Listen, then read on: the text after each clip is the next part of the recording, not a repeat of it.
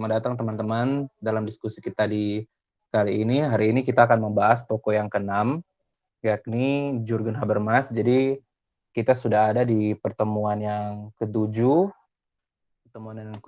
dan semoga seterusnya kita tetap eksis terus untuk terus membaca sampai selesai Seni Memahami bukunya Bapak Budi Hardiman dengan baik, supaya kita dapat memahami dan memakai itu dalam kehidupan kita. Dan nama saya Mordecai Sopakuali, asal dari Ambon dan besar di Manado, dan telah menyelesaikan studi di UKSW, Universitas Kristen Satya Wacana, program studi Sosiologi Agama. Dan malam hari ini dipercayakan oleh teman-teman admin Dasein untuk menjadi moderator kita di diskusi malam ini. Dan kita langsung saja mulai diskusi kita, dan jangan lupa teman-teman, bagi teman-teman yang hendak mau menanggapi atau mau memberikan pendapat teman-teman atau memberikan refleksi atas bacaan teman-teman jangan lupa untuk mengetik di dalam ruang chat atau room chat yang sudah disediakan oleh aplikasi Google Meet ini untuk menanggapi, entah teman-teman mau menanggapi topik atau menanggapi siapa gitu yang telah berbicara, atau menanggapi moderator, atau menanggapi Kak Yusti misalnya yang sudah berbicara sebelumnya, atau menambahkan topik atau lain sebagainya. Silakan teman-teman di chat dulu, baru nanti saya sebagai moderator akan mempersilakan teman-teman untuk berbicara seperti itu. Nah, dan jangan lupa juga teman-teman, ketika teman-teman hendak mau atau tidak berbicara saat ini atau belum dalam konteks untuk berbicara, silakan teman-teman untuk mute terlebih dahulu supaya tidak mengganggu kelancaran diskusi kita di malam hari ini. Jadi itu saja dari saya sebagai moderator, dan kita akan melanjutkan dengan diskusi kita di saat ini tentang Jurgen Habermas dalam buku Bapak Budi Hardiman menjelaskan mengenai hermeneutik kritis. Jadi memahami sebagai hermeneutik kritis tersebut. Nah, sebelumnya teman-teman nanti menuliskan kata kunci apa begitu, beberapa kata kunci bisa yang teman-teman baca dari Bapak Jurgen Habermas ini. Silakan teman-teman, bisa dicek sekarang. Ya, di kolom chat ya. Ya, ini sudah ada Kak Mika bahas tentang kata kuncinya komunikasi dan bahasa privat seperti itu. Nah, mungkin ada teman-teman lain juga, silakan. Kata-kata kunci ini yang menjadi penentu ya, yang bisa menjelaskan segala sesuatu atau segala teori atau segala pemahaman dari Bapak Jurgen Habermas. Kata-kata kunci ini bisa mencakup semuanya dan tentunya subjektivitas teman-teman juga kan, karena teman-teman membaca. Nah, ini ada Kak Yusti di chat, hermeneutik kritis. Nah, ini Bang Doni, emansipatoris. Oke, jadi tadi ada kata kunci tadi oleh Kak Mika tentang komunikasi, bahasa privat, dan Kak Yusti ada hermeneutik kritis, dan Bang Doni emansipatoris. Seperti itu ya, teman-teman. Oke, teman-teman, itu tadi sudah disampaikan beberapa kata kunci yang menjadi komunikasi yang memang benar-benar disampaikan oleh Kak Mika tadi, dan juga hermeneutik kritis yang juga dijelaskan oleh Bapak Jurgen Habermas ini menjadi penting bagi kita untuk melihat supaya ada suatu hal yang dibebaskan seperti itu, sehingga itulah merupakan upaya dari emansipatoris. Nah, itu merupakan kolaborasi dari ketiga kata kunci tadi dari ketiga orang yang sudah menuliskan di room chat. Kita lanjut saja teman-teman, di dalam toko ini siapa sih sebenarnya Jurgen Habermas ini, karena yang kita tahu bersama dalam proses studi kita ataupun dalam diskusi-diskusi kita itu banyak sekali ya disebut nama Habermas ini. Sebut nama Habermas ini, apalagi dalam teorinya yang sangat terkenal yang mungkin teman-teman banyak baca atau banyak mendengar, yakni mengenai ruang publik seperti itu, dan juga mungkin teori-teori yang lain yang sudah disumbangkan oleh Bapak Jurgen Habermas ini. Jadi kalau bisa kita lihat bahwa Bapak Jurgen Habermas ini dia sangat terkenal apalagi dalam konteks kita. Dan kemudian kalau bagi saya pribadi sih, saya lebih dulu mengenal Habermas dibandingkan dengan Schleiermacher, Dilthey dan lain sebagainya. Saya lebih mengenal Bapak Habermas ya, yang mungkin mungkin saya lebih familiar ya dengan Habermas, yang lain mungkin belum. Tapi ini yang menjadi tokoh penting juga dengan di antara tokoh-tokoh pendahulunya yang juga penting yang akan kita bahas hari ini. Jadi teman-teman sekalian, Jürgen Habermas ini dia adalah seorang filsuf, dia adalah seorang filsuf terkemuka di Jerman, dan dia memiliki berbagai macam ide, dan juga ya dia seorang filsuf, dan dia adalah orang yang sangat teoretikus ya, kalau membilang seperti itu. Dia banyak banyak menjelaskan tentang teori sosial, banyak menjelaskan tentang teori diskursus dan demokrasi, dan juga menjadi tokoh yang sangat, seperti yang saya katakan tadi, orang yang terkenal juga. Dan teman-teman sekalian, Habermas ini dia lahir di kota kecil Gummersbach tanggal 18 Juni 1929, dan keluarganya adalah keluarga kelas menengah di Jerman. Dan ternyata teman-teman, ada hal yang menarik yang kita dapati dalam bacaan kita, bahwa ternyata kota kelahirannya ini mendukung akan Hitler, seperti itu. Dan kemudian Habermas ini juga dia awalnya sebagai pendukung Hitler, dikatakan dalam buku Bapak Budi Hardiman itu, dan dia juga sebagai kelompok pemuda Hitler, dan juga disampaikan sempat masuk dinas militer pada usia 15 tahun, seperti itu. Dan kemudian terjadi perubahan ternyata ya teman-teman, karena waktu itu terjadi perubahan sikap dari Habermas yang waktu sebelumnya dia mendukung Hitler, tapi kemudian karena dia melihat suatu film dokumenter seperti itu, dan kemudian juga film-film seperti Pengadilan Nuremberg waktu itu, dia kemudian menjadi sadar bahwa ternyata rezim Hitler ini jahat, seperti itu. Sehingga melalui film-film dokumenter ini, mata orang Jerman itu terbuka dengan keadaan saat itu. Nah, tapi kemudian teman-teman, selanjutnya menarik ialah ternyata Habermas ini dipengaruhi oleh Heidegger, seperti itu. Jadi Heidegger ini banyak sekali mempengaruhi Habermas. Tapi kemudian ternyata teman-teman sempat break dengan Heidegger, atau langsung break seperti itu, karena ternyata Heidegger itu tidak mau mengakui atau tidak menyesal bahwa dia telah terlibat dengan Nazi, seperti itu. Dan kemudian waktu Habermas itu dia mengagumi Heidegger, dia kemudian menjadi tidak mengagumi Heidegger lagi, karena ternyata filsafat dari Heidegger itu tidak mendukung politik emansipatoris ya, seperti yang Bang Doni katakan dalam kata kunci tadi. Dan sikap kritisnya terhadap Heidegger ini kemudian dia menuangkan itu dalam bukunya, artikelnya yang luar biasa, yang menentang Heidegger seperti itu, dengan judul Berpikir Bersama Heidegger, Melawan Heidegger, yang sudah yang ditranslate dari Bapak Budi Hardiman. Dan kemudian teman-teman, Habermas ini dia meraih gelar doktor di Universitas Bonn tahun 1954, dan kemudian juga dikukuhkan menjadi profesor di Universitas Heidelberg yang diundang oleh Gadamer dan Karl Lewitz, seperti itu. Dan ternyata teman-teman, sejak muda ada pemikiran dari Bapak Jürgen Habermas, ada motif berpikir mengenai kondisi-kondisi komunikasi yang bebas dominasi, seperti itu, dan juga komunikasi yang bebas dalam ruang publik. Nah, di sini ada Kak Stella menjelaskan tentang, di dalam chat juga mengatakan Habermas dikenal dengan Bourgeois public sphere, ya seperti itu ya.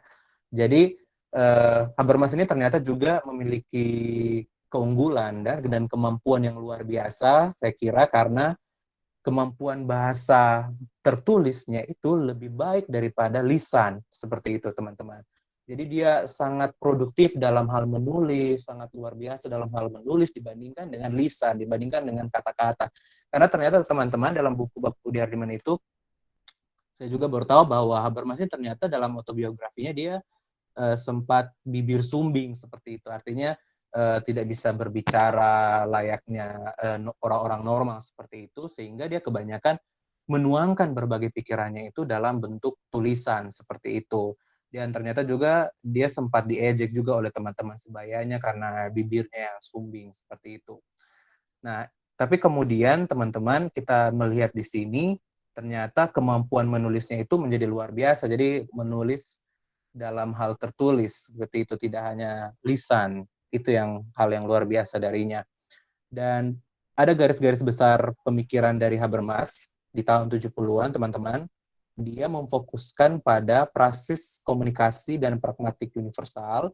Di tahun 80-an dia banyak fokus tentang etika diskursus, tahun 90-an tentang demokrasi liberatif, dan kemudian tahun 2000-an dia banyak fokus pada agama, sekularisasi, dan demokrasi. Dan ternyata teman-teman, konsistensi dari Habermas ini semuanya dalam bentuk komunikasi, seperti yang Kak Mika sampaikan tadi di kata kunci, dan itu melalui persoalan bahasa atau linguistik. Jadi problem komunikasi intersubjektif. Nah, itu yang banyak titik beratkan oleh Bapak Habermas ini.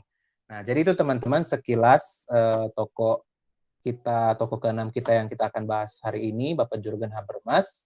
Dan sekarang kita akan masuk dalam pembahasan dari substansinya, dari isinya seperti apa, teman-teman baca, yang juga kita semua baca, kita akan belajar hari ini. Dan sekiranya Mika atau Kak Mika bisa menunjukkan pertanyaannya bagi kita, saya sudah menyediakan beberapa pertanyaan yang bisa teman-teman tanggapi berdasarkan bacaan dari teman-teman. Nah, teman-teman di sini ada pertanyaan, mengapa Habermas tidak membahas secara khusus teori hermeneutiknya? Nah, silakan teman-teman ketika mau menanggapi. Nah, karena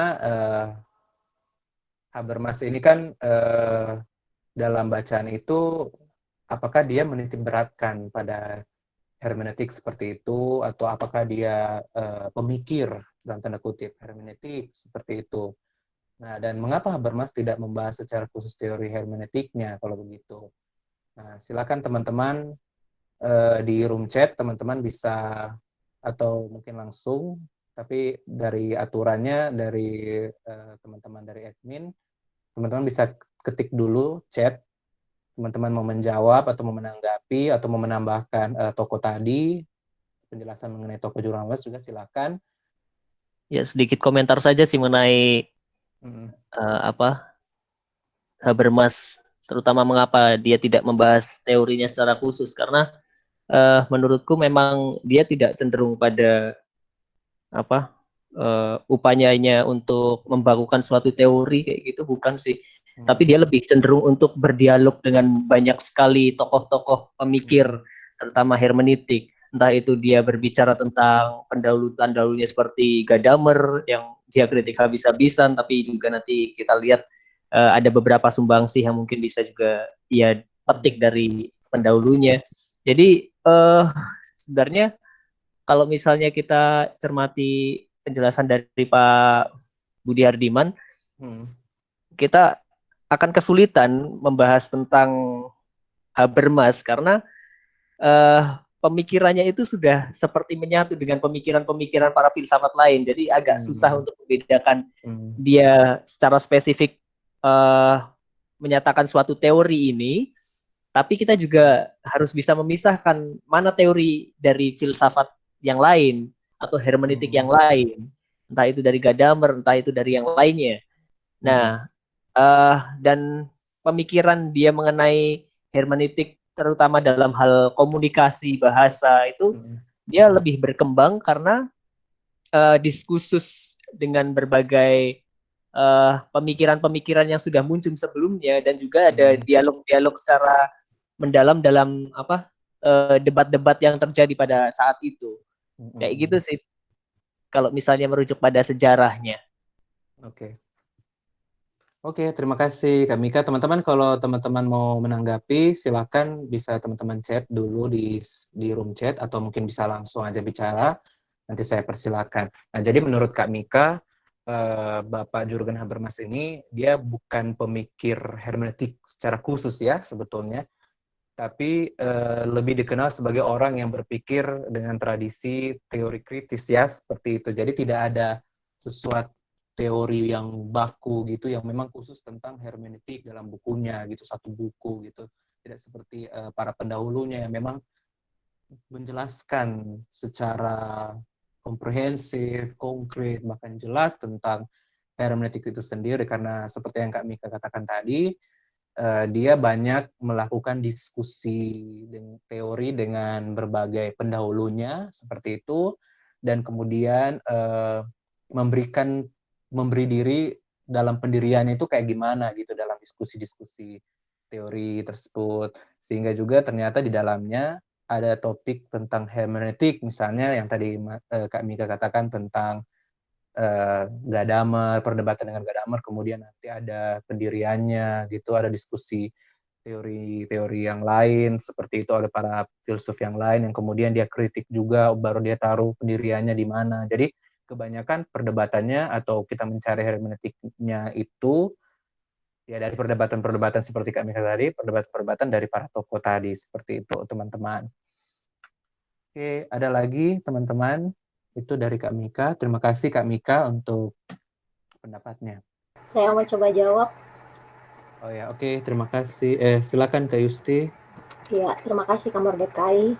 Sebenarnya saya belum terlalu paham sih tentang Habermas, tapi kalau ditanya kenapa hermeneutiknya justru nggak muncul atau nggak ditonjolkan, apa mungkin dia sendiri, Habermas sendiri tidak menyadari bahwa dia memunculkan hermeneutik ya, karena lazimnya hermeneutik itu menolong pembaca untuk memahami teks, tapi kan kemudian yang dinamai sebagai hermeneutik kritis dari Habermas ini itu adalah menolong penulis untuk mengenali teks tulisannya dia sendiri. Jadi kayak tidak lazim gitu. Jadi kemungkinan pada saat itu kalau mau pakai kritik ideologi seperti yang dipraktekkan oleh Habermas, kalau kita mau kupas, jangan-jangan pada saat itu Habermas tidak berpikir bahwa itu tuh hermeneutik, karena lazimnya hermeneutik itu menolong pembaca gitu. Sementara dia ini justru menolong penulisnya.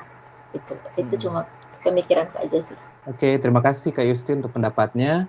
Jadi menurut Kak Yusti, ini juga selain bukan hanya Jürgen Habermas juga ya, para pendahulu-pendahulunya juga, mereka juga ada beberapa, kalau tidak salah mungkin Gadamer apa Dilthey itu, mungkin teman-teman bisa mengkoreksi, bahwa mereka tidak menuliskan, oh ini hermeneutik adalah gitu kan, tapi ternyata dalam sumbangsi yang mereka lakukan itu ada substansi hermeneutis gitu yang ternyata memberikan sumbangan yang luar biasa sebenarnya pada dunia hermeneutik seperti itu. Dan seperti yang Bapak Budi Hardiman katakan, kalau mungkin teman-teman lihat di YouTube-nya gitu, bahwa kalau kita membahas Habermas ini tidak mudah karena seperti yang dijelaskan tadi, dia tidak membahas khusus tentang hermeneutik, tapi tulisan-tulisannya gitu, tulisan-tulisan yang pentingnya itu tentang ilmu sosial dan lain sebagainya, seperti yang sudah saya sampaikan tadi, itu ternyata melibatkan kritiknya atas hermeneutik seperti itu, sehingga dia mengembangkan paradigma baru yang nanti kita akan bahas apa yang disebut dengan hermeneutik kritis gitu.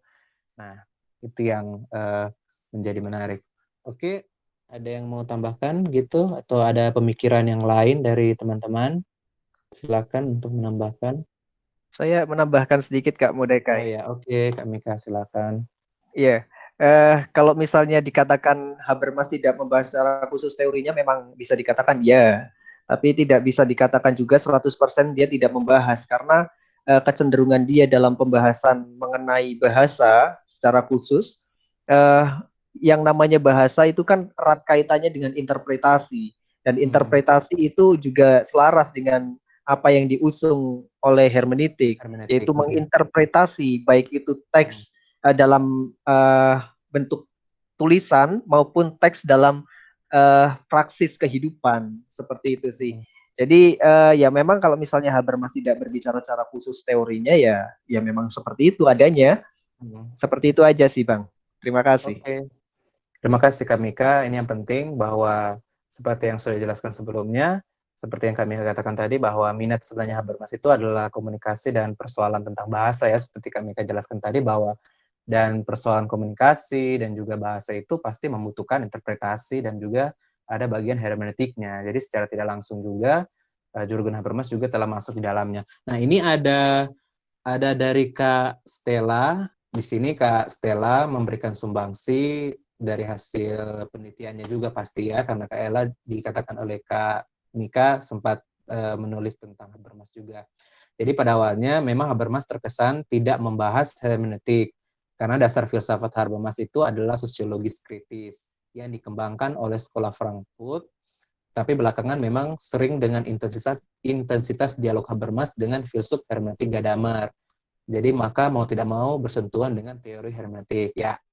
Dan juga Habermas dalam kajian hermeneutik sering ditempatkan pada sayap hermeneutik kritis yang galak gitu ya, dan kritik sana-sini.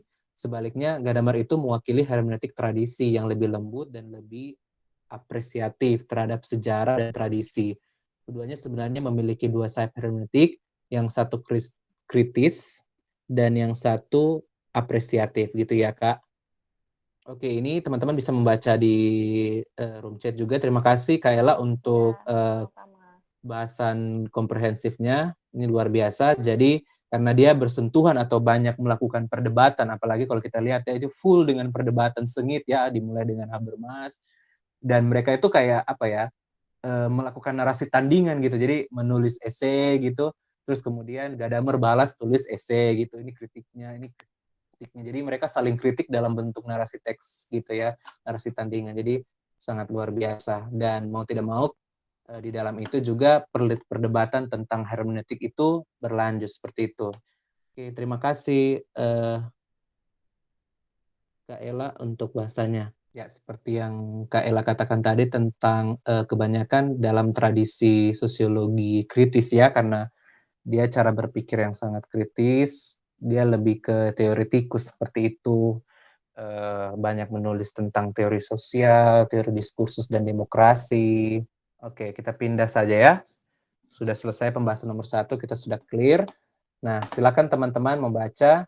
Saya bacakan bagaimana membedakan hermeneutik Habermas dengan para pendahulunya. Teman-teman silakan, mungkin teman-teman sudah membaca di sini dalam buku Bapak Budi Hardiman, sudah banyak sekali hal-hal yang membedakan gitu kan Habermas dengan para pendahulunya seperti itu, dan ini sudah masuk ke dalam substansi, jadi silakan teman-teman untuk menjawab. Dan para pendahulunya seperti yang sudah dijelaskan dan disentuh tadi oleh Kak Ella melalui hermeneutik Gadamer yang pendahulunya gitu ya. Jadi yang membedakan itu apa sih hermeneutik Habermas dengan yang lain seperti itu, dengan para pendahulunya yang dari Schleiermacher juga, Dilthey, dan sampai kepada Gadamer seperti itu. Apalagi diskusi intens, perdebatan intens dengan Habermas dengan Gadamer itu benar-benar memberikan pembedaan hermeneutiknya Habermas dengan hermeneutik Gadamer seperti itu. Jadi silakan teman-teman. Oke, Kak Yusti silakan. Makasih Kak Mordecai.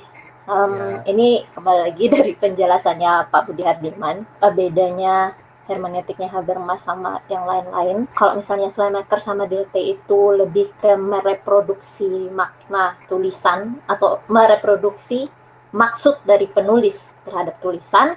Terus Gadamer dan Heidegger itu adalah memproduksi makna baru dari teks itu sesuai dengan pengalamannya pembaca. Kalau Habermas justru dia ingin membebaskan penulis dari pengaruh-pengaruh komunikasi yang mendistorsi tulisannya dia, yang dia sendiri nggak sadar telah terdistorsi. Misalnya Paulus, dia tulisan-tulisannya Paulus itu pada waktu itu dia nggak sadar kalau tulisannya itu dipengaruhi oleh kondisi saat itu atau filsafat saat itu.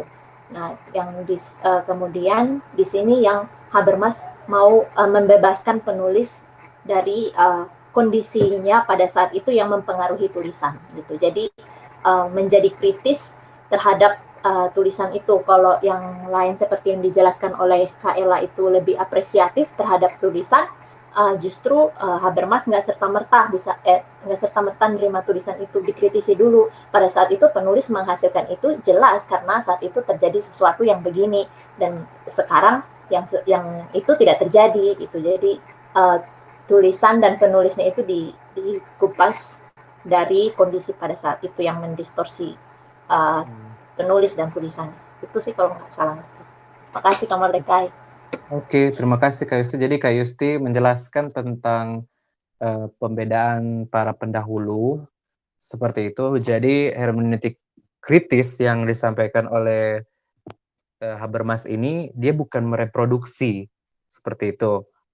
Mereproduksi yang dikatakan oleh Schleiermacher dan Dilthey, tapi juga bukan juga terarah ke masa depan seperti yang dikatakan oleh Heidegger dan Gadamer, tapi juga membebaskan penulis dari komunikasi yang terdistorsi secara sistematis seperti itu. Seperti yang Kak Yusri jelaskan tadi, si penafsir itu berusaha membebaskan penulis dari konteks pemahaman yang menurut di dalam konteks itu penulisnya ini tidak sadar, seperti dalam konteks tidak sadar seperti itu apa yang sudah dikatakannya, karena ternyata dalam konteks itu sudah ada bahasa-bahasa dan pergulatan-pergulatan yang membuat itu dikatakan seperti itu. Nah, kurang lebih seperti itu. Ada Kak Mika di sini menjelaskan ini kalau kaitannya dengan Gadamer yang dikritik tentang klaim universalitas. Kak Mika, silakan mungkin bisa dijelaskan kali ya. Jadi Gadamer pendahulunya ini, jadi dia dikritik oleh Habermas mengenai klaim universalitas itu atau universalitas hermeneutik. Kalau kita mengikuti virtual discussion yang mengenai Gadamer kan, kita berbicara soal interpretasi dengan banyak hal, termasuk objek-objek, katakanlah ada HP dan kita berinterpretasi terhadap HP, ada juga pohon, kita berinterpretasi tentang pohon. Pokoknya objek-objek yang ada di sekitar kita itu kita interpretasikan dan dia mempunyai makna ketika dia diinterpretasikan. Nah, tapi di sini si Habermas dia bilang, oh tidak, nggak bisa juga karena klaim universal itu tidak bisa juga dilakukan hanya pada hal-hal yang seperti itu. Karena kalau kita berbicara mengenai si Habermas, dia tidak setuju dengan hal itu karena objek mati, jadi interpretasi kita yang masuk ke dalam dia. Sedangkan yang ditekankan oleh si Habermas adalah interaksi subjek-subjek antara manusia, bukan manusia dengan benda. Sehingga memunculkan katakanlah kayak fusi horizon kayak gitulah ya dalam bahasanya si Gadamer. Siapa itu? Gadamer. Kayak gitu. Nah, sehingga pembedaan antara yang scientific dengan yang sosial itu dia cukup kontraskan dalam pemikirannya, terutama dalam hal komunikasi. Karena bagaimana mungkin seseorang bisa berkomunikasi dengan benda mati dan dia menginterpretasi dan merubah struktur yang ada di dalam benda tersebut melalui interpretasinya yang dibangun. Seperti itu sih. Jadi Mas Mika tadi sudah menjelaskan tentang kritik Habermas terhadap Gadamer kalau dalam bukunya itu mengenai batas-batas hermeneutik itu. Dan juga klaim Habermas mengenai universalitas hermeneutik Gadamer. Karena ternyata menurut Kak Mika ini ada perbedaan bahwa kalau Gadamer katakan, oh semua pengetahuan itu mengandung masalah hermeneutis seperti itu.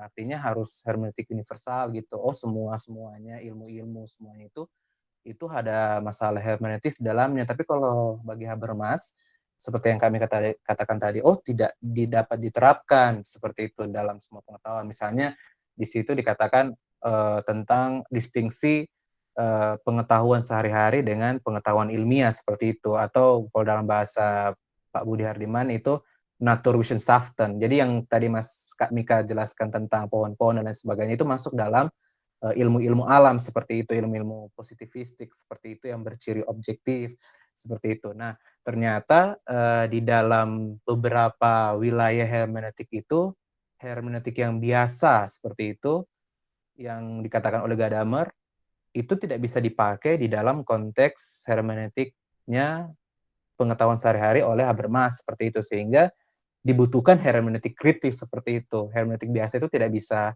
menjelaskan seperti itu ya, ilmu-ilmu alam seperti itu dan lain sebagainya. Itu beda ranahnya gitu.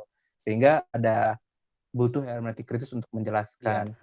Nah, teman-teman, ini isi atau substansi dari hermeneutik yang disampaikan oleh Habermas seperti itu yang memunculkan hermeneutik kritis. Nah, ternyata ada hal-hal yang tidak sepaham antara Gadamer dan Habermas, dan dalam buku Bapak Budi Hardiman ini sangat masif ya dijelaskan, sangat jelas, sangat panjang dijelaskan, banyak kutipan yang dijelaskan oleh Bapak Budi Hardiman mengenai apa sih yang membedakan pokok-pokok Gadamer dengan pokok-pokok hermeneutisnya Habermas seperti itu. Nah, tadi sudah disentuh oleh Kak Mika mengenai ada pokok-pokok ketidaksepahaman Gadamer dengan Habermas, seperti itu yang tadi klaim universalitas hermeneutik. Ternyata selain itu ada juga ketidaksepahaman Habermas dengan Gadamer sehingga memunculkan nanti hermeneutik kritis. Itu minggu lalu dia menjelaskan tentang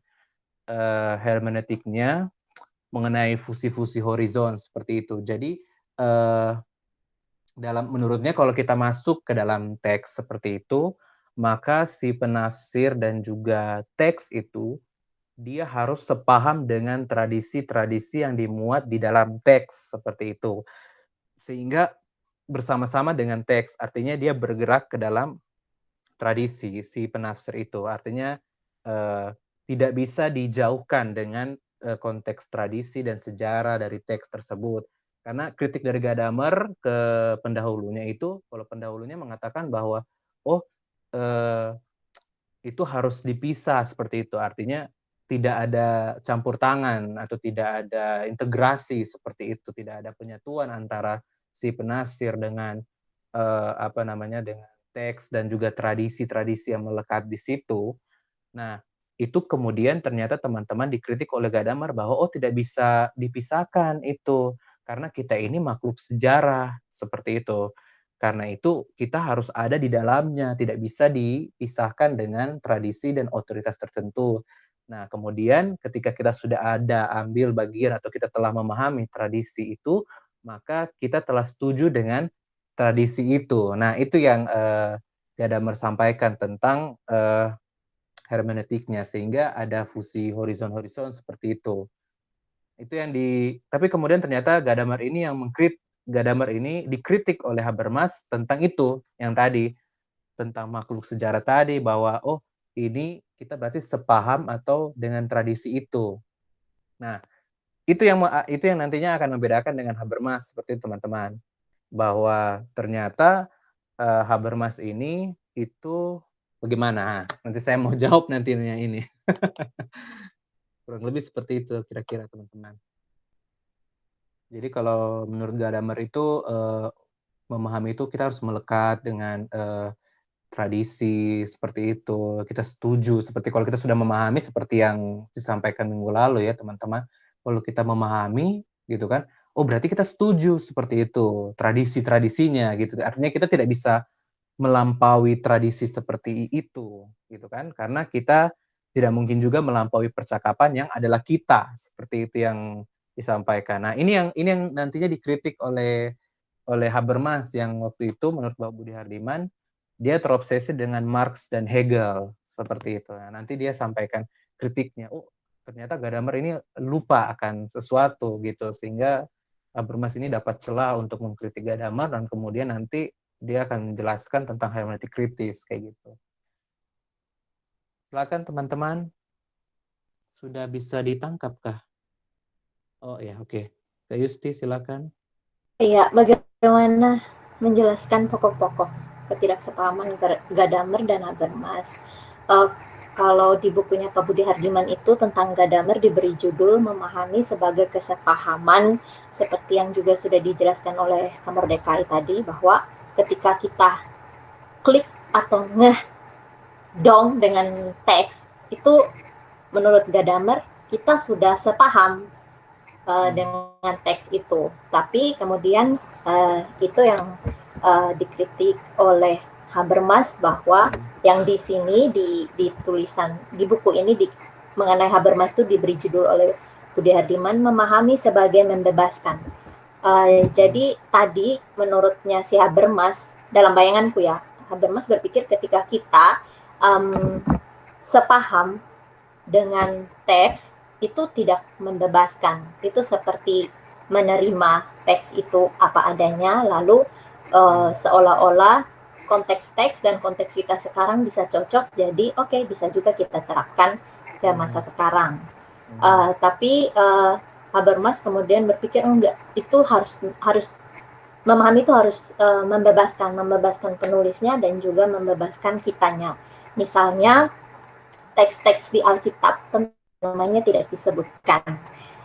Kalau kita mau memahami itu adalah kesepahaman, kita bisa sampai pada level Oke, saya mengerti. Karena itu adalah konteks patriarkal, jadi nama perempuan itu sedikit dicantumkan di Alkitab. Terus kemudian sudah kita merasa, ya sudah, saya sudah mengerti, saya sudah sepaham, dan biasa saja begitu. Tapi Habermas justru itu bisa dibebaskan, nggak cuma mengerti dan menerima bahwa saat itu konteksnya begitu, makanya perempuan tidak ada namanya. Justru penulis harus dibebaskan. Kita bisa kritik penulisnya. Penulis ini, kalau mau dilihat, dia ini kan adalah nabi Tuhan misalnya.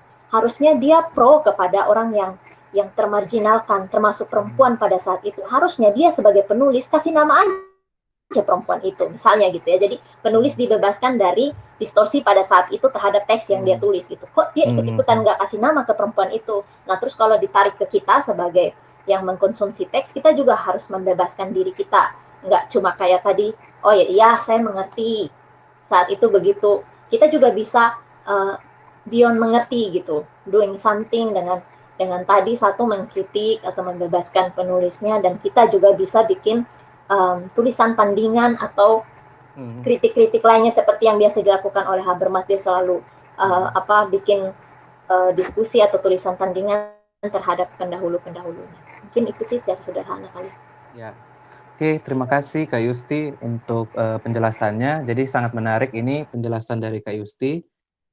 Oke, ini ada Kak Ella. Memahami itu perlu pendakwaan dan penjarakan, kalau saya tidak salah baca ya, supaya bisa mengkritik.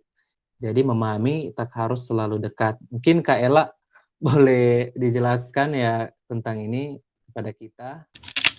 Iya, nggak cuma menambahkan aja kan tadi Mordecai sempat ngomong tentang apa tuh memahami perlu dekat. Jadi itulah hermeneutik. Tahu hermeneutik itu kan memahami itu perlu appropriation dan distension. Jadi perlu pendakuan dan perlu jarak. Kalau terlalu dekat kita sulit memahami justru. Makanya perlu jarak supaya kita bisa mengkritik gitu. Oke.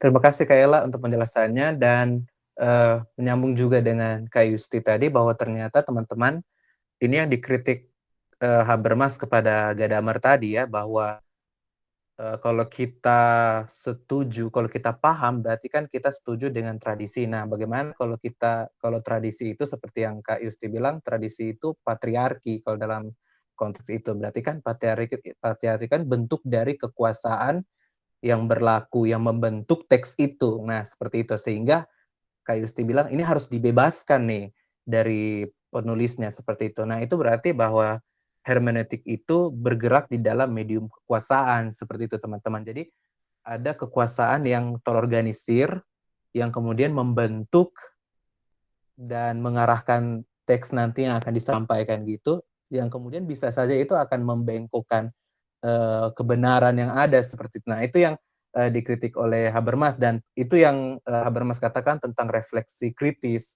seperti itu. Karena ternyata Gadamer itu lupa bahwa refleksi itu, kritis itu menjadi penting, bahwa ternyata tradisi itu yang legitimasi tradisi ya, atau yang Pak Burdi Hardiman jelaskan tentang prasangka legitim gitu ya, legitimasi tentang tradisi seperti itu. Oh, ternyata itu tidak dapat diteruskan, itu bisa saja putus seperti itu. Nah, karena itu ini yang penting dari Habermas teman-teman, tentang daya refleksi seperti itu, bahwa hasil-hasil refleksi itu menjadi penting bagi kita. Mungkin ini Kak Mika, silakan.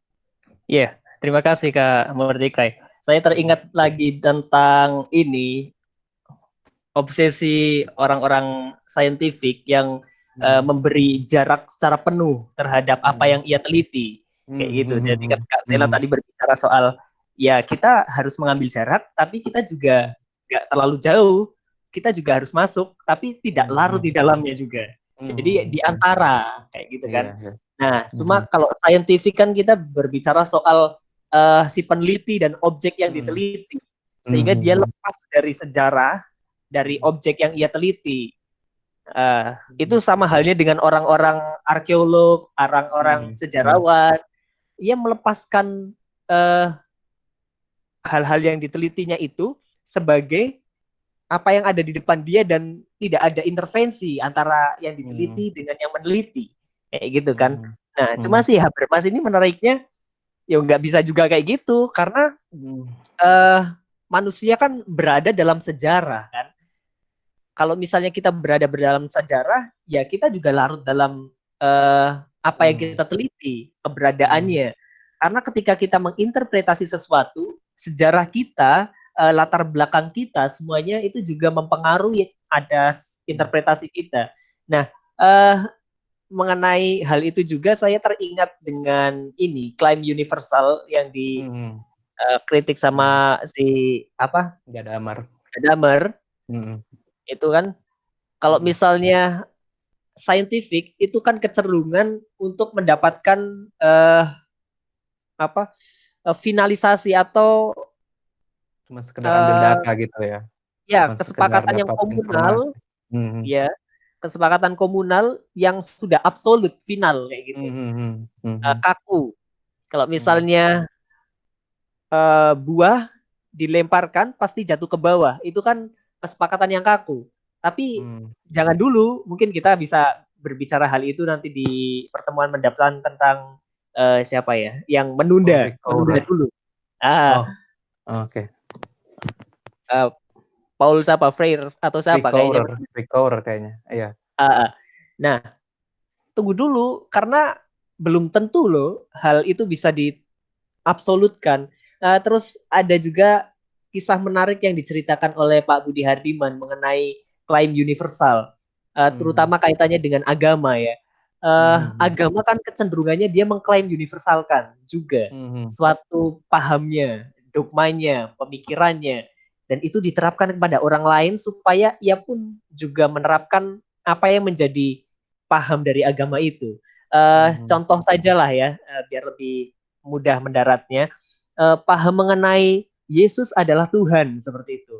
Kalau misalnya itu di dalam ruang privat kekristenan, ya itu diterima. Tapi itu tidak bisa dijadikan klaim universal oleh semua orang.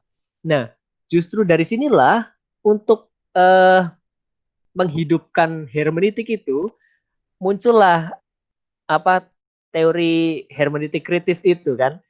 Belum tentu Yesus itu dikatakan sebagai Tuhan karena orang lain pun menganggap bisa saja dia sebagai nabi, kayak orang saksi Yehova katakanlah, atau dia sebagai manusia super kayak gitu kan, atau hal-hal yang lain.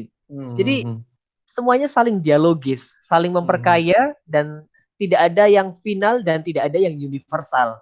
Seperti itu aja sih. Terima kasih Kak Mordecai. Oke, terima kasih Kak Mika. Kak Mika menjelaskan tadi kritik dari Habermas terhadap Gadamer tadi tentang scientific seperti itu ya. Jadi ilmu-ilmu pasti seperti itu yang jawabannya itu ya memang sudah pasti seperti itu. Tapi ternyata di dalam kasus-kasus yang lain seperti itu tidak bisa. Bahkan Pak Budi Hardiman katakan tidak dapat diatasi malah ya dengan pendekatan seperti itu. Nah, ketika sudah sampai kepada tahap seperti tadi kami katakan tentang Yesus dan lain sebagainya, itu tidak bisa dijawab dengan hermeneutik yang biasa seperti itu, hermeneutik yang seperti yang saintifik katakan, tapi itu lain cerita, itu hermeneutik kritis punya cerita seperti itu. Nah, kemudian juga ternyata ada hal yang menarik yang tadi Kak Mika jelaskan dan juga tadi Kak Yusti juga tadi jelaskan bahwa jadi Gadamer itu terlalu fokus dengan pemahaman gitu kan, dan mengabaikan bahwa ternyata pemahaman itu juga dikendalikan oleh proses-proses kekuasaan seperti itu. Jadi ternyata itu yang menarik tadi disampaikan Kak Yusti yang contoh patriarki tadi dan juga Kak Mika tadi, bahwa ternyata bahasa-bahasa yang disampaikan di dalam teks itu atau dalam tradisi itu, dalam teks di dalamnya ada tradisi, itu tidak bersifat netral, bahwa ternyata bahasa itu ada dalam medium kekuasaan, bahkan membenarkan tatanan kekuasaan seperti itu. Nah, jadi kayak demokrasi kontemporer kita, di demokrasi di kehidupan keindonesiaan kita mungkin ya, ketika ada opini yang seperti itu yang disampaikan ke publik gitu ya, teman-teman. Ternyata opini publik itu sudah ada yang kayak gimana ya, Pak? Sudah ada yang membuat opini itu gitu, dan ternyata yang membuat opini itu sesuatu yang terorganisir di belakang, orang yang berkuasa di belakang gitu, sehingga melontarkan opininya gitu kepada publik seperti itu. Nah, ini yang harus hati-hati. Nah, bagi bagi Habermas seperti itu. Sehingga yang tadi Kak Mika jelaskan tentang tradisi-tradisi religius seperti itu yang juga ternyata terjadi juga dalam kehidupan kita, bahwa ada momen-momen ideologis di dalam gereja ternyata yang punya kekuatan represif seperti itu, yang seolah-olah menyatakan kebenaran tapi ternyata itu membengkokkan kebenaran. Nah, ini yang menarik dari Pak Budi Hardiman setelah itu dia menjelaskan tentang batas-batas hermeneutik itu. Terima kasih Kak Mika tadi, dan ada Kak Ella juga sini yang sudah jelaskan tadi, dan Kak Yusti. Ada teman-teman lain mungkin bisa tambahkan, soalnya ada batas-batas hermeneutik ya teman-teman yang dijelaskan oleh Habermas itu. Selain tadi saintifik, ada juga yang menarik yang abnormal gitu kan teman-teman. Nah itu yang ada juga ternyata yang membedakan itu dalam kritiknya, yang abnormal dan juga ada normal tadi dalam buku-bukunya gitu kan, dalam buku Habermas dan Bapak Budi Hardiman yang jelaskan. Ya, yang penting itu juga mengenai teks normal dan abnormal tadi. Ya, itu Kak Mika ada chat. Teman-teman silakan. Jadi ini pembahasannya belum sampai selesai, malah kita harus bahas ada yang abnormal. Itu menarik sekali untuk kita lihat bahwa ternyata Habermas sangat-sangat mendalami refleksi, ya kan, lalu pembebasan gitu kan. Kita harus membebaskan sesuatu yang terdistorsi gitu ya, atau yang nanti mungkin abnormal itu yang akan banyak menjelaskan ya, yang komunikasi yang terdistorsi secara sistematis seperti itu. Nah, itu kemudian nanti memunculkan hermeneutik kritis gitu, benar-benar pendirian dari Habermas. Ya, ini Kak Mika sudah memberikan stimulus ya untuk kita juga mumpung ingat tentang teks normal dan abnormal itu. Dan Kak Yusti ternyata sudah mendapat umpan itu kira-kira. Iya, saya juga mau tanya tentang itu sih, teks normal dan teks abnormal. Sama ini ya, apakah ada kemungkinan, karena dalam penjelasannya Pak Budi Hardiman, ada perbedaan Habermas muda sama Habermas tua gitu. Nah, apakah ada kemungkinan bahwa kesadarannya Habermas terhadap teks yang abnormal, teks yang terdistorsi secara sistematis oleh karena kondisi dari penulisnya yang tanpa disadari, apakah mungkin ya kesadaran dia terhadap teks-teks itu karena itu tadi yang diceritakan oleh Kak Mordekai, pengalaman hidupnya yang ketika pertama dia itu termasuk suka sama Hitler ya, karena sering Habermas, karena keseringan sama Gadamer, dia akhirnya kayak ikut-ikutan ngefans sama tindakannya Hitler gitu ya. Dia awalnya dari kotanya gitu, suka sama Hitler gitu, kayak terbawa-bawa gitu kan. Iya. Mendukung Hitler dengan ras tunggal itu. Ya, mungkin pada saat itu dia seperti hermeneutiknya Gadamer, dia ngeh dengan tindakannya si Hitler, lalu kemudian dia oke, bagus, saya setuju, saya paham gitu. Tapi ada suatu waktu, tadi juga udah dijelaskan sama Kak Mordekai, dia berbalik karena dia melihat tayangan-tayangan dokumenter tentang mengenai korban-korban dari Hitler gitu.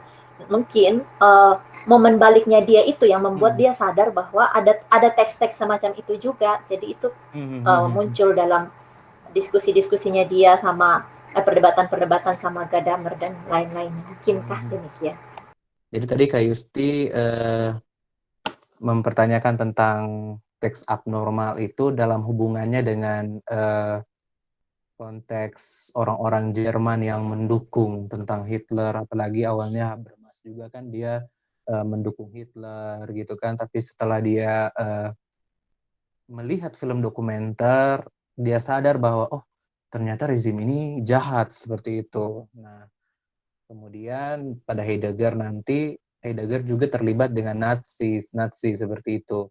Dan bahkan Heidegger itu tidak menyesal, dan ternyata Heidegger ini teman-teman dalam penjelasan Bapak Budi Hardiman juga dia menjelaskan tentang ternyata filsafatnya itu tidak mendukung politik emansipatoris gitu, dan ini mungkin titik celah juga ya bagi Habermas untuk menjelaskan tadi tentang emansipatoris gitu, yang Bang Doni tadi telah sampaikan tentang kata kunci tadi, emansipator. Jadi kalau kita berusaha membebaskan yang sesuatu yang terdistorsi atau komunikasi yang terdistorsi itu, maka itulah emansipatoris gitu kan.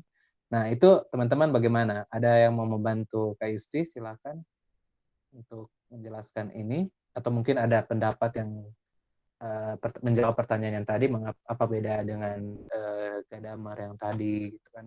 Oke, silakan Kak Mika. Ya, terima kasih. Kaitannya dengan ini, teks normal dan abnormal, dan juga kaitannya dengan dia pro Hitler atau apalah kayak gitu ya. Kalau misalnya kita berbicara soal teks terlebih dahulu ya, kita tempatkan pada teks, memang kita tidak berbicara soal tentang Gadamer lagi. Pendahulu-pendahulunya yang sangat jauh, si Schleiermacher katakanlah. Kalau Schleiermacher kan dia sangat mengagungkan teks seperti itu, katakan.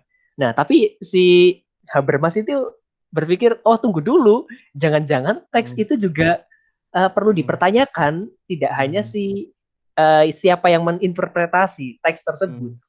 Kalau misalnya teks itu benar-benar menyatakan sesuatu yang tertulis dan hal itu selaras dengan frekuensi yang kita pahami pada saat ini untuk menafsirkan atau menganalisis teks tersebut, oke.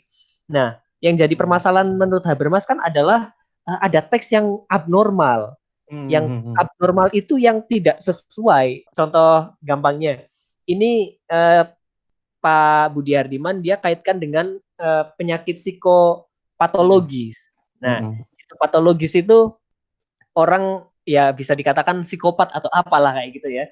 Jadi dia menyatakan suatu pernyataan, dan pernyataan itu tidak semestinya sesuai dengan apa yang dia nyatakan atau apa yang dengan kita pahami. Ya, gitu. Ya, contohnya dia berbicara tentang malam, dia berbicara tentang apa. Mungkin kalau misalnya kita mendengar orang itu berbicara tentang malam, di benak kita berpikir itu pergantian hari, di mana matahari sudah terbenam. Ya. Tapi bisa saja menurut orang yang psikopatologis itu, malam bisa berarti adalah orang tuanya atau bapaknya. Nah, itu juga dikaitkan dengan teks yang abnormal. Kita berbicara soal Alkitab lah, katakan. Kalau misalnya kita melihat dari kacamata Habermas, ditunggu dulu. Jangan-jangan teks Alkitab pun mengandung pergeseran-pergeseran makna psikopatologis. Kayak gitu kan. Si penulis menuliskan teksnya, narasinya, dan kita memahaminya belum tentu juga bisa sama dengan apa yang dia pahami, karena perlu ada analisis yang lebih mendalam. Kayak gitu ya. Nah, kaitannya dengan Hitler, ini nih yang cukup menarik adalah menjadi psikopatologis yang komunal. Yang komunal. Ya, ini yang sebenarnya agak sulit dijawab oleh si Habermas juga. Karena kalau misalnya teks itu rusak dan itu dipahami oleh komunal, ya teks itu menjadi normal, gitu. Nggak jadi abnormal. Kayak misalnya Alkitab. Kembali lagi ya normal gitu. Alkitab diterima oleh komunitas Kristen. Di komunitas itu, ya Alkitab dianggap normal, tapi belum tentu juga ketika Alkitab itu dibawa ke tempat lain, itu dianggap normal. Bisa jadi teks itu abnormal. Masa ada sih orang bisa berjalan di atas air? Masa ada orang bisa menggandakan banyak sekali makanan kayak gitu? Masa ada sih orang yang bisa bangkit dari kematian? Nah, itulah yang jadi problematis. Kaitannya dengan Hitler kembali lagi. Soal psikopatologis Hitler pada saat itu adalah masyarakat Jerman, pendukung Hitler, anti-Zionis, dan latah kayak gitu. Latah untuk menyuarakan pro Hitler. Jadi kalau misalnya psikopatologis itu atau teks abnormal itu diterima dalam suatu komunal, ya itu menjadi normal. Nah, itu yang dikritik oleh Habermas menurutnya. Pikirku seperti itu sih, Bang Mordecai. Terima kasih. Terima kasih Kak Mika untuk penjelasannya. Ini Kak Yusti katakan, oke, saya mulai paham. Ini beneran ya, ini Kak Yusti. Oke, jadi Kak Mika tadi sudah menjelaskan tadi tentang teks abnormal gitu ya. Jadi, nah yang dijelaskan oleh Kak Mika tadi itu benar sekali bahwa ternyata teman-teman dalam konteks kasus psikopatologis itu, itulah hermeneutik kritis yang mau dimasuk oleh Habermas bahwa kalau kita mau masuk ke orang misalnya psikopatologis seperti itu secara individu dan komunal tadi, ini tidak bisa dipakai oleh hermeneutik biasa atau dalam Kak Mika tadi, tidak bisa scientific jelaskan. Kalau scientific jelaskan ini hanya sekedar filologi gitu dan hanya diatasi oleh kamus seperti itu. Nah, ini hermeneutik kritis ini beda dengan seperti itu. Nah, hal-hal seperti ini yang harus digali oleh si penafsir seperti itu. Nah, ternyata teman-teman tadi Kak Mika juga sudah membuka tadi yang psikopatologis yang menjelaskan tentang ternyata orang-orang yang penyakit jiwa seperti itu, tadi menurut Kak Mika ketika dia menuturkan sesuatu, dia tidak sadar seperti itu atau dia tidak mengerti atau tidak disadari dengan apa yang dia katakan seperti itu. Nah, seperti juga dalam konteks penulis misalnya. Penulis seringkali ketika dia berkata atau dia berucap seperti itu, seringkali dia tidak sadar seperti itu.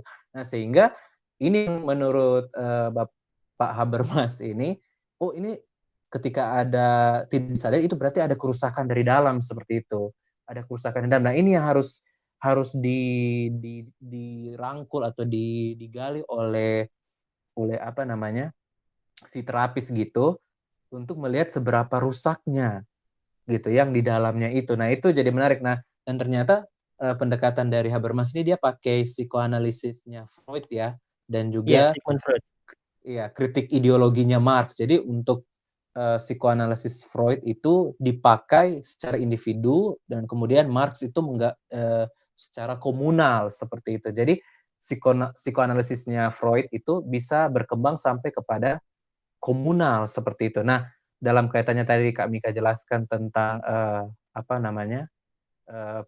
psikopatologis dalam konteks komunal, yakni orang-orang Jerman seperti itu yang pro terhadap Hitler, bahwa ternyata teks ini bukan cuma individu gitu. Jadi kita bisa membaca teks ini secara komunal gitu dan ternyata ada psikopatologis ini yang komunal. Nah, ini bagaimana ini mau menjelaskan ya?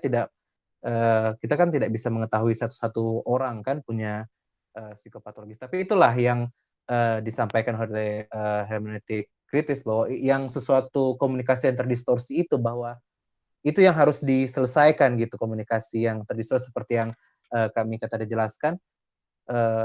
Kalau perilaku kolektif ya atau abnormal misalnya kasus-kasus indoktrinasi ya itu kan yang dijelaskan oleh Pak Budi Harliman, indoktrinasi ideologis gitu. Jadi kayak sudah ada paham gitu yang terdoktrin dalam pikiran komunal masyarakat gitu yang ternyata mereka itu salah paham gitu. Karena apa?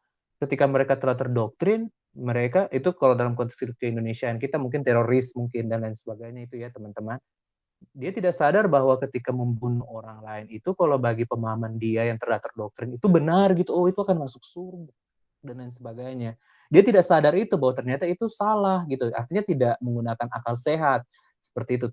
Tidak normal lagi tapi abnormal. Jadi kayak ini tidak normal lagi cara berpikir ini. Nah, menurut Marx itu seperti yang kami tadi jelaskan, itu adalah kesadaran palsu gitu dan ternyata ini yang perlu diperbaiki cara berpikir ini, komunikasi yang terdistorsi secara sistematis gitu. Jadi kayak sudah ada sesuatu yang tersistematis dalam otak kita sehingga membuat kita kalau dalam konteks fanatisme agama misalnya dalam teroris kita suka bunuh orang lain gitu. Padahal ternyata dia tidak sadar bahwa dia itu salah. Nah, ini yang perlu dilihat ya di dalam otaknya gitu. Nah, itu teman-teman yang menarik dari Habermas yang mengkritik Gadamer dan itu jadi menarik untuk kita jelaskan. Jadi itu harus dibebaskan itu pemikiran yang tadi ya. Pemikiran yang seperti itu karena itu membahayakan banyak orang misalnya. Sehingga perlu ada emansipatoris gitu kan. Harus mau dibebaskan pemikiran semacam itu. Nah, kemudian kalau Bapak Budardiman juga jelaskan ada banyak hal juga. Ternyata ada Bapak Yosef siapa itu ternyata mengkritik juga Habermas ini, bahwa kalau misalnya nanti ada orang yang mampu untuk melakukan interpretasi seperti itu, siapa yang akan melakukan interpretasi? Apakah dia benar-benar bisa melakukan interpretasi? Jadi dilihat lagi orangnya gitu. Tapi menurut Pak Yosef itu bilang, oh ini semuanya sama, semuanya sederajat, semuanya setara gitu. Nah, mungkin nanti kita bahas selanjutnya itu teman-teman. Itu yang abnormal ya. Kalau normal yang tadi, kalau normal itu sesuatu yang bisa diselesaikan gitu ya, secara langsung gitu. Jadi kalau misalkan kita salah bicara di dalam kehidupan komunal atau apa, atau bagaimana, ketika kita mau berbicara itu kita bisa menyelesaikan itu secara cepat. Nah, itu normal, seperti itu, normalnya seperti itu. Artinya kita bisa memahami bersama gitu, seperti dikasih contoh kalau turis asing, etnograf kalau mau datang, kalau mau memahami bahasa penduduk itu ternyata bisa dipahami dengan tindakan-tindakan dari masyarakat lokal misalnya, sehingga itu problemnya selesai gitu. Nah, itu yang normal. Tapi yang problem yang abnormal ini butuh hermeneutik kritis yang betul-betul mendalam gitu, dan tidak gampang memang untuk menjelaskan ini, dan ada teknik-tekniknya ya. Nah, oke teman-teman, ini pertanyaan terakhir untuk kita bisa jawab, bagaimana membaca gagasan-gagasan Habermas dalam konteks kekinian, khususnya di Indonesia. Nah, ini sudah ke konteks kita ya teman-teman, atau mungkin ada konteks lokal teman-teman seperti itu. Bagaimana kita membaca gagasan Habermas ini dalam konteks kita, seperti itu. Kita membaca Habermas bukan sekedar cari informasi tentang dia, tapi sampai kepada eksistensial kita gitu ya. Oke, teman-teman silakan. Saya deh Bang, buat mancing teman-teman sekalian. Iya, oke. Silakan. Ya, kalau saya setelah membaca Habermas pemikirannya itu, saya lebih memang memperhatikan hal-hal yang sifatnya sosial seperti itu. Jadi ketika saya melihat orang lain atau melihat teks seperti itu kan, kita tetap ada asumsi yang tidak serta-merta langsung menerima begitu saja, tapi ada juga hal yang perlu dipikirkan terlebih dahulu, termasuk relasi dengan sesama manusia, katakanlah kalau misalnya berbicara soal sosial ya. Jadi ketika saya berdialog dengan orang lain dan orang lain itu memberikan suatu pernyataan-pernyataan, oke, saya menerima, tapi saya menundanya terlebih dahulu. Seperti itu. Nah, ketika saya membaca suatu teks, saya memahaminya terlebih dahulu dan saya tunggu dulu, jangan-jangan ada hal lain di balik itu. Seperti itu. Kalau misalnya tadi soal psikopatologis atau teks tidak normal, bisa saja teks itu mengandung ketidaknormalan, kan? Ya, terus ketika saya berdialog dengan orang lain, juga bisa dikatakan jangan-jangan dia juga punya hal lain di balik dari apa yang dia bicarakan. Ada asumsi lain ya. Iya, seperti itu kan. Mungkin orang lain itu memuji saya, katakanlah. Oh, Mika itu orangnya kayak gini-gini banget, kayak gini, baik-baik kayak gitu kan. Tapi saya kan tidak tahu apa yang ada di balik dari itu semua. Nah, dari Habermas inilah saya mulai mencoba untuk mengkritisi hal-hal yang sekiranya memang perlu dikritisi, seperti itu ya.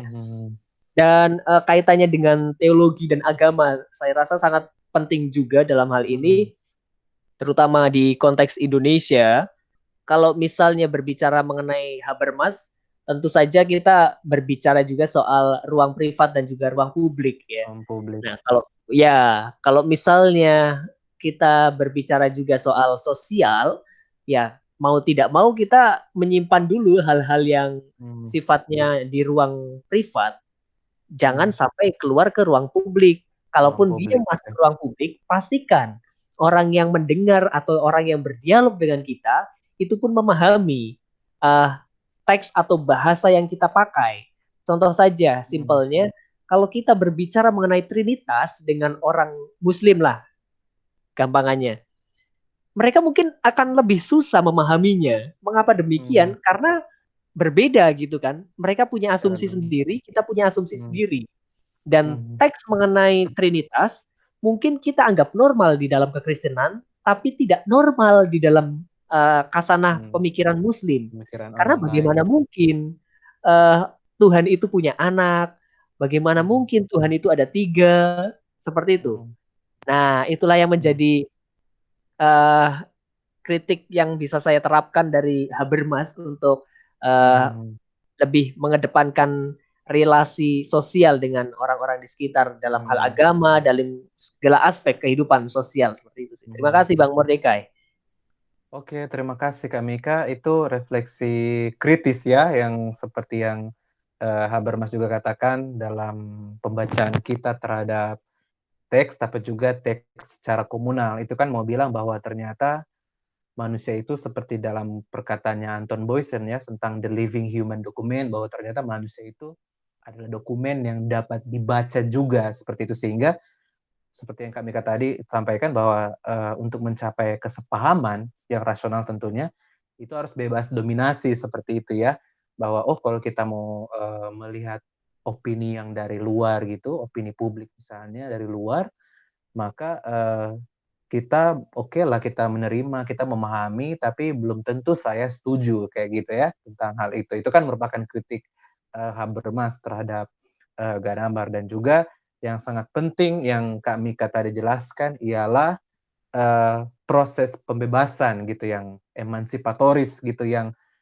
harus kita junjung tinggi seperti itu, supaya kita mendapatkan otonomi dalam komunal, dalam individu memperoleh kesembuhan atau kembali ke dalam proses pemulihan yang normal gitu.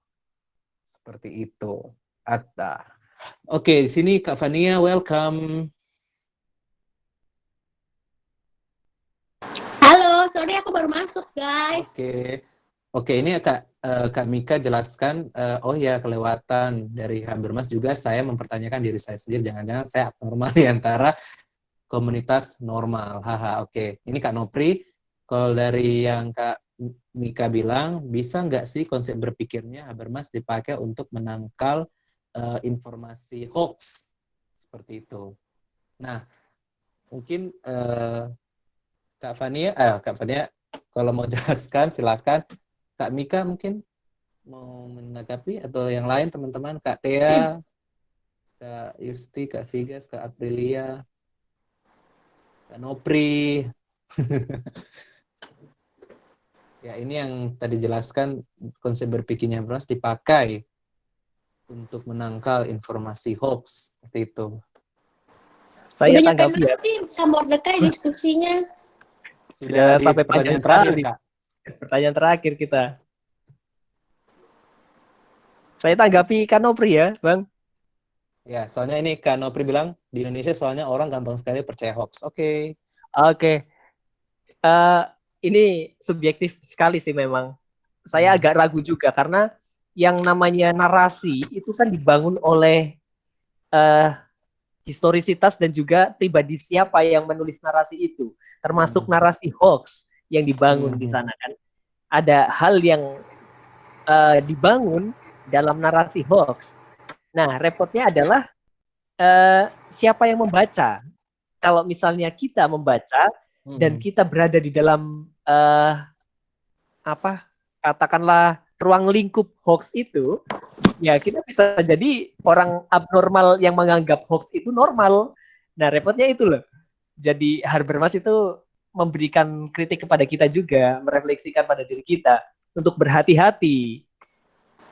Mungkin teks itu hoax, atau mungkin juga kita yang ada di dalam teks itu, sehingga melihat teks hoax itu sebagai teks yang normal.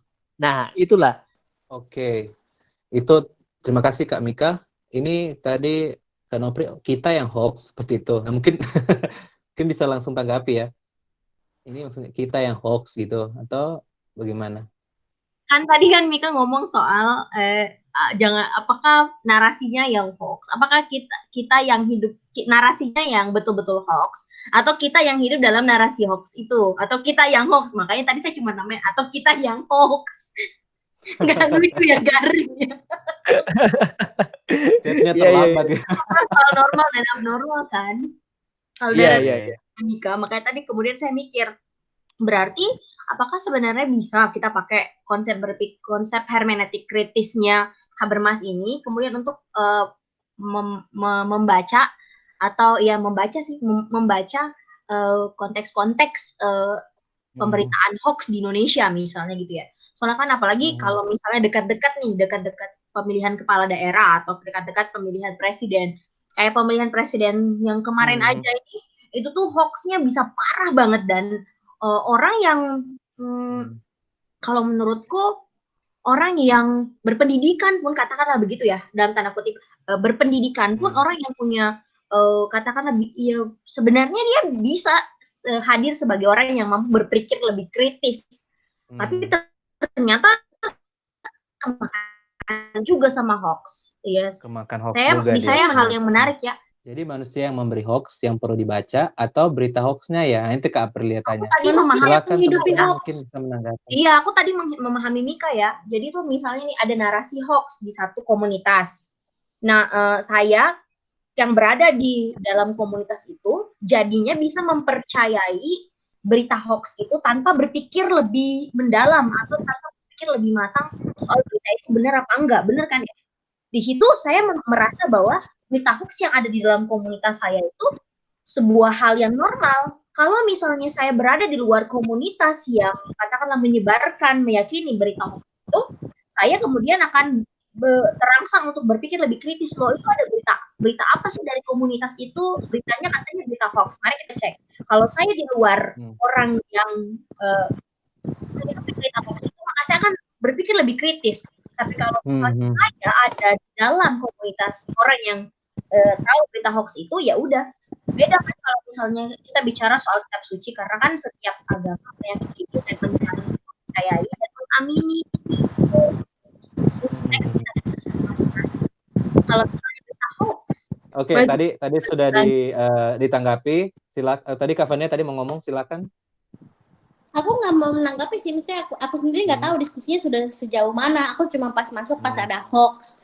Kalau aku pikir justru hoax itu lebih mungkin ya karena aku mungkin masih tertinggal di Gadamer, hoax itu lebih enak dibaca pakai yang si Gadamer. Tapi untuk menanganinya bisa pakai Habermas. Maksudku adalah begini, ketika melihat sebuah hoax, kenapa hoax itu tumbuh bebas?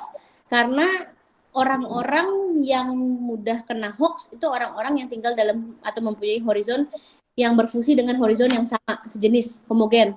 Lalu mereka menciptakan kebenaran menjadi mayoritas.